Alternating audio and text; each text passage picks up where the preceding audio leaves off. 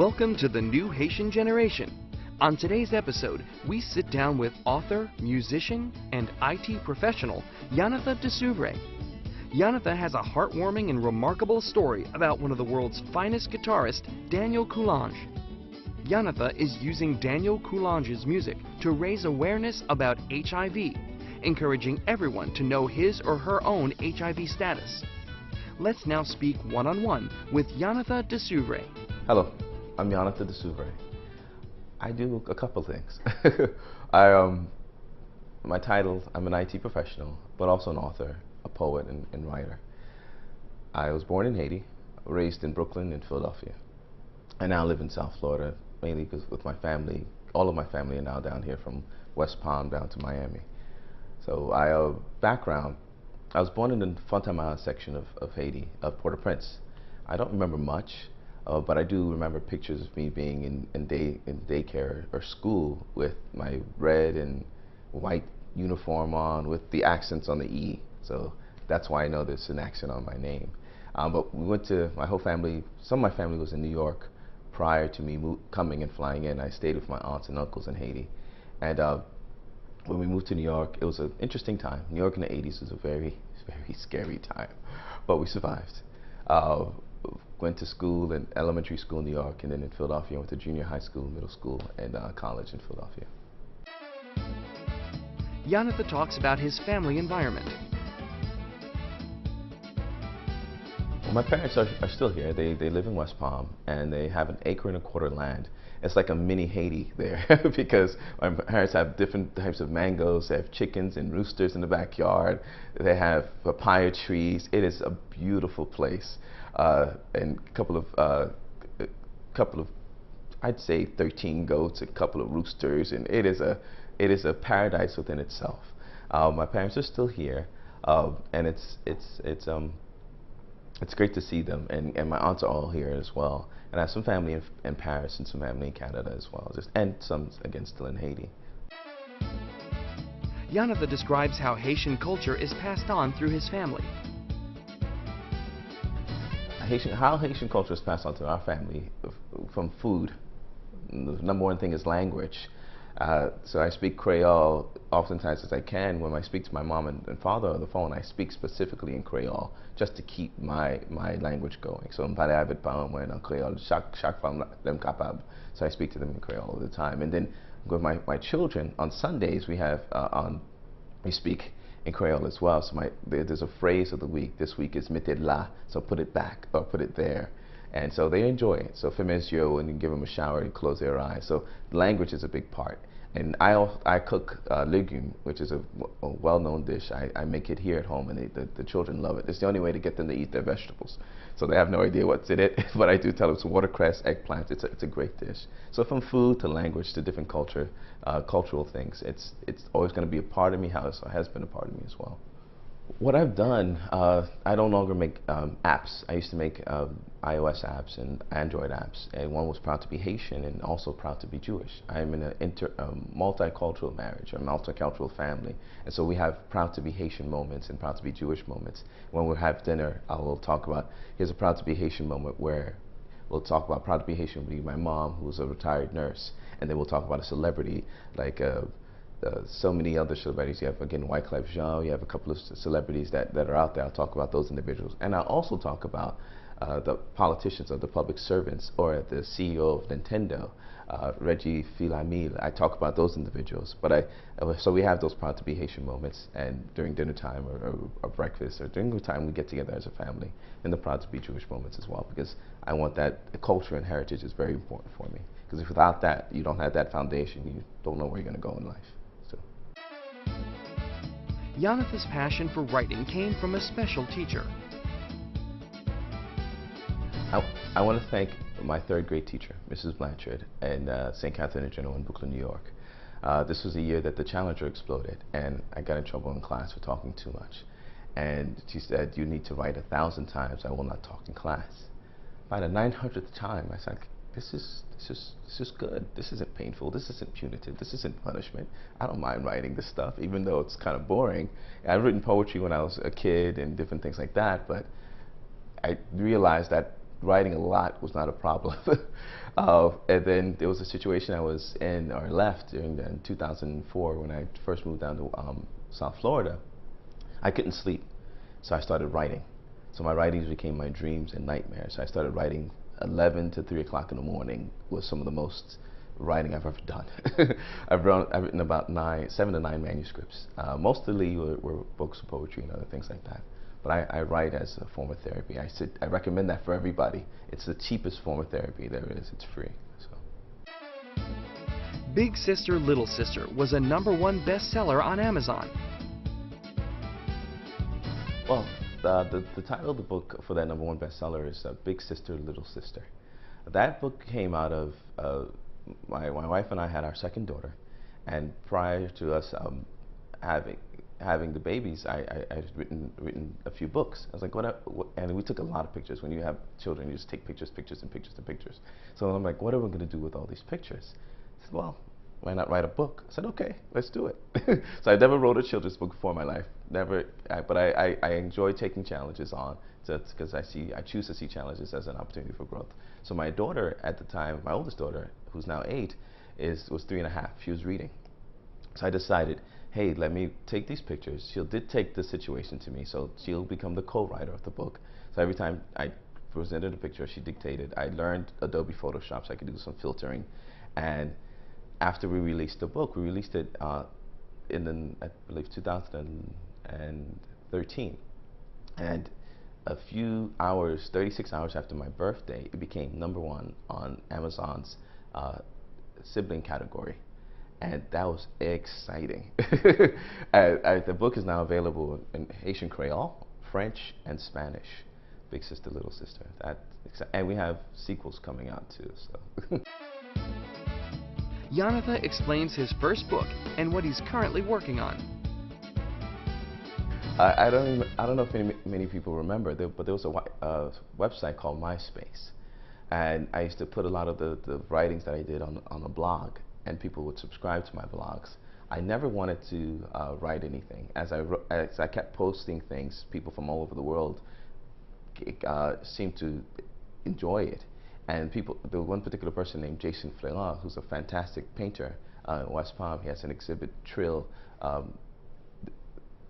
experience that he's doing, an experiment that he's doing. It's phenomenal. He asked me, Yanatha, when was the book coming out? I was like, what are you talking about? I didn't try to write a book. Because my brother is a writer as well. He came out with a book called Soul Songs. And I kept writing and writing. I said, okay, fine, I'll do a book. And the title of the book was called Walk Through This Journey. And that was particularly with a specific experience that I had at the age of 9. Back in 1987, this year is the 30th anniversary of a barbershop shooting that I survived, right on Parkside and Nostrand Avenue, New York. And again, like I mentioned before, my writing is my therapy. So I write about real life situations and what we can learn from it and how we can grow from that. So. And currently, what I released last year, my wife challenged me to write a novel, because most of my books are books of poetry and children's books now. But I wrote a book called Savor the Moments that had in a script format, and the character's name is Grayson Goodman. And the novel that I wrote last year, released it, is called To Whom Much Is Given, a Grayson Goodman novel. And I've been fortunate, and my beta readers and the readers of the book have been kind, and the reviewers have been kind. They explained it as James Bond meets Idris Elba's Luther, mixed with Mission Impossible, X-Men, and a sprinkle of Haitian hot sauce. Don't really know what that means. I think pickles is but it's not really a sauce. It's cabbage and things like that. But yeah, so that's the most current novel, the novel that I wrote. And I also wrote a textbook. I was my adjunct professor in my IT profession that I also do as well. And at Chestnut Hill College, I was teaching Windows 7 and an introduction to Windows 7, Windows OS 10, and Unix. And in the Windows 7 class, the students were sleeping, and I was sleeping in the class. So I asked the dean, can I do something? Can I see if I can teach Windows 10? And this was right before it came out. And I was doing some research, testing things out, because I'm an IT guy as well. And I couldn't find a book to teach the way I taught. or the way I love to teach, which is a relevant and practical teaching. And so I wrote the book myself. And it's an essential guide to Windows 10. And that book I gave to my students as an ebook for free. They don't really care to make the money off the books, just love to write. So. Yanatha shares a poem about a tragic experience he encountered as a child. This year, this year we'll make April 7th, 1987. There was a barbershop shooting that I survived, and it was a very scary time. So I'm very fortunate I guess I'll tell you what it is. There's a poem that I wrote about it. So here it is. Walk through this journey, close your eyes. This was back in '87, and this kid was 9. A good day with his pa was the only thing on his mind. As he walked down the block on the way to the shop, 2 men were fighting over a coveted parking spot. But let's move on as the kid and his pa walked into the salon, not paying attention to what was going on. There was a parking spot fight, and no one was paying attention to what was going on, so we just walked into the salon. So the father meets the barber. He's saying, I'm here with my son. If you could, I wouldn't mind if you could cut his hair down some. And the barber says, no problem, anything for your son. Halfway through the cut, the barber stepped away. Unbeknownst to this kid, this will be an unforgettable day. Remember the parking spot fight when the story began? Well, there was a young man that came around with a gun in his hand in the '80s. So when the first shot rang out, we thought it was any shooting, so I didn't pay attention. The second shot that rang out, it hit my barber in the eye. And my barber moved my chair I was facing the gunman in the eye. And from as far as, not that far, it was very, very close. And then what happened, I somehow got up and hid behind the chair, not paying attention to anything else.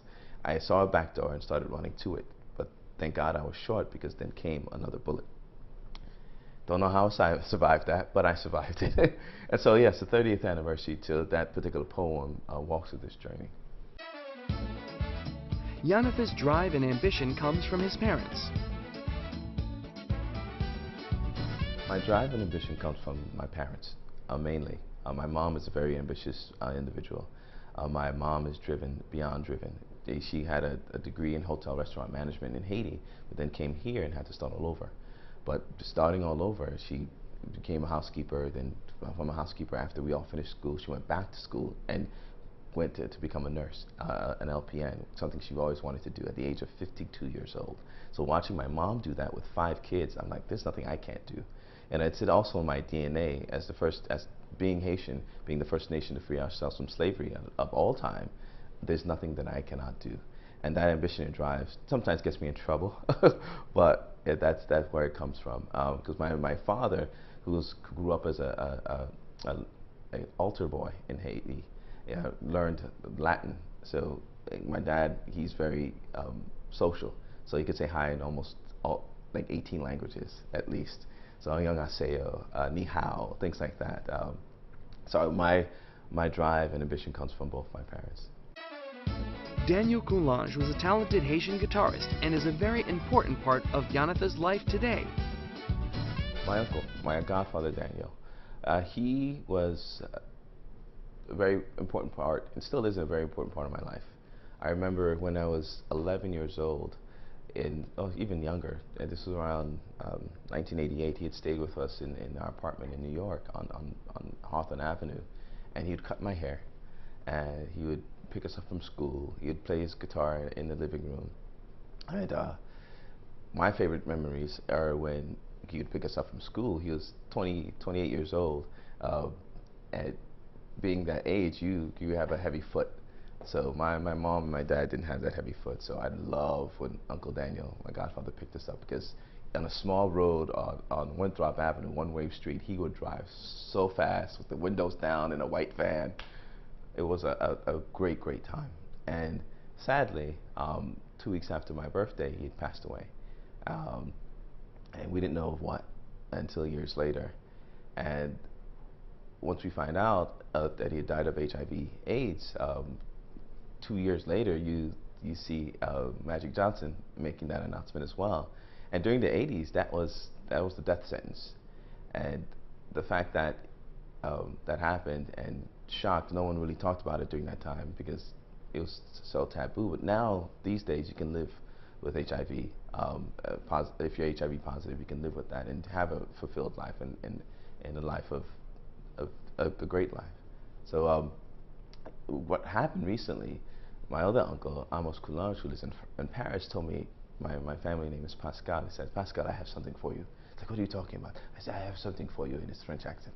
There's a video out there. I was like, what video? What are you talking about? He said, there's a video out there of Daniel playing, and it happened in New York, and Staten Island College or Staten Island University. I'm like, nah, you're joking. There can't be a video. He was like, guys, there's a video. And so whoever recorded it sent the video from New York to Paris, and then my uncle, like some strange reason, everything happens after my birthday. After he was born April 26th, Uncle Amos, and he sent me a letter in French saying, "This is the video of your godfather, and just enjoy it and do what you have to do with it, or do what you want to do with it." So as I had the DVD, someone took the VHS tape and converted it to DVD videos. So I popped it into my laptop.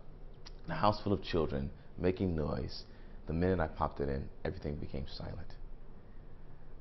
The minute my uncle started playing the guitar, I saw him playing. I last saw him alive when I was 11 years old, so this was many years ago.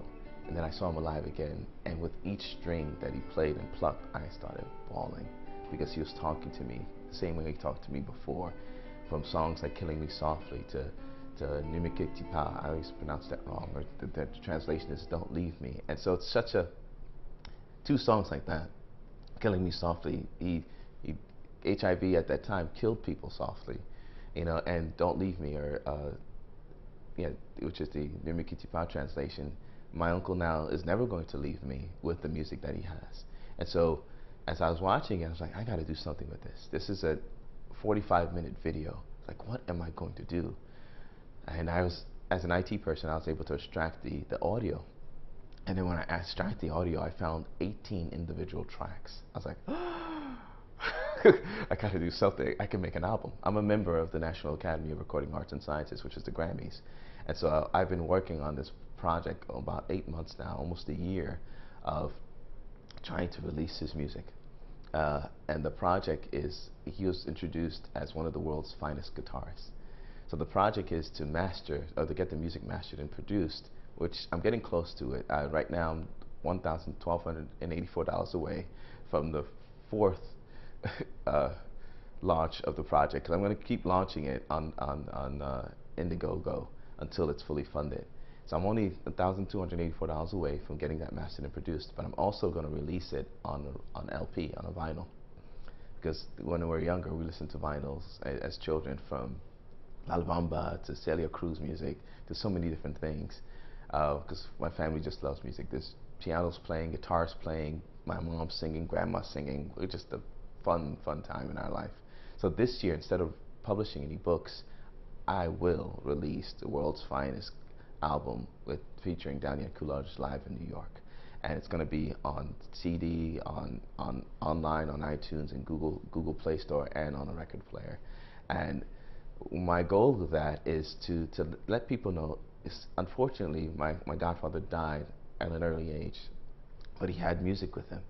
And what I encourage people to do, no matter who's watching this, young, old, Haitian, non-Haitian, live your life to the fullest. Live your life abundantly, because you never know when you're going to go. Make the most of every time. You are the world's finest. The fact that you're alive today, you are a beautiful human being.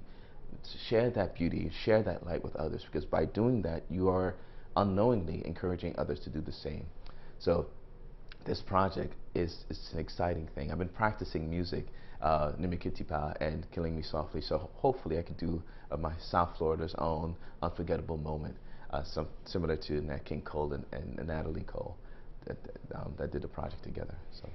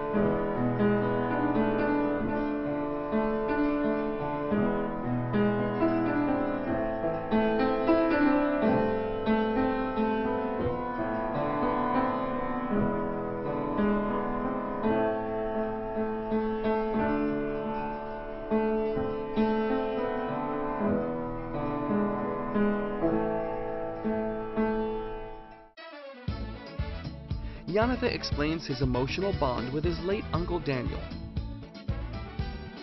Well, watching the videos, because I was, again, 11 years old, when my mom announced that he had passed away, it didn't sink in. It didn't sink in until a couple, maybe 5 or 10 minutes later, I started bawling. I was like, wait a minute, who's gonna cut my hair in the house again?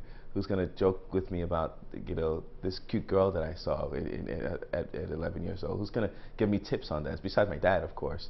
But I didn't get a chance to see him be older than 28.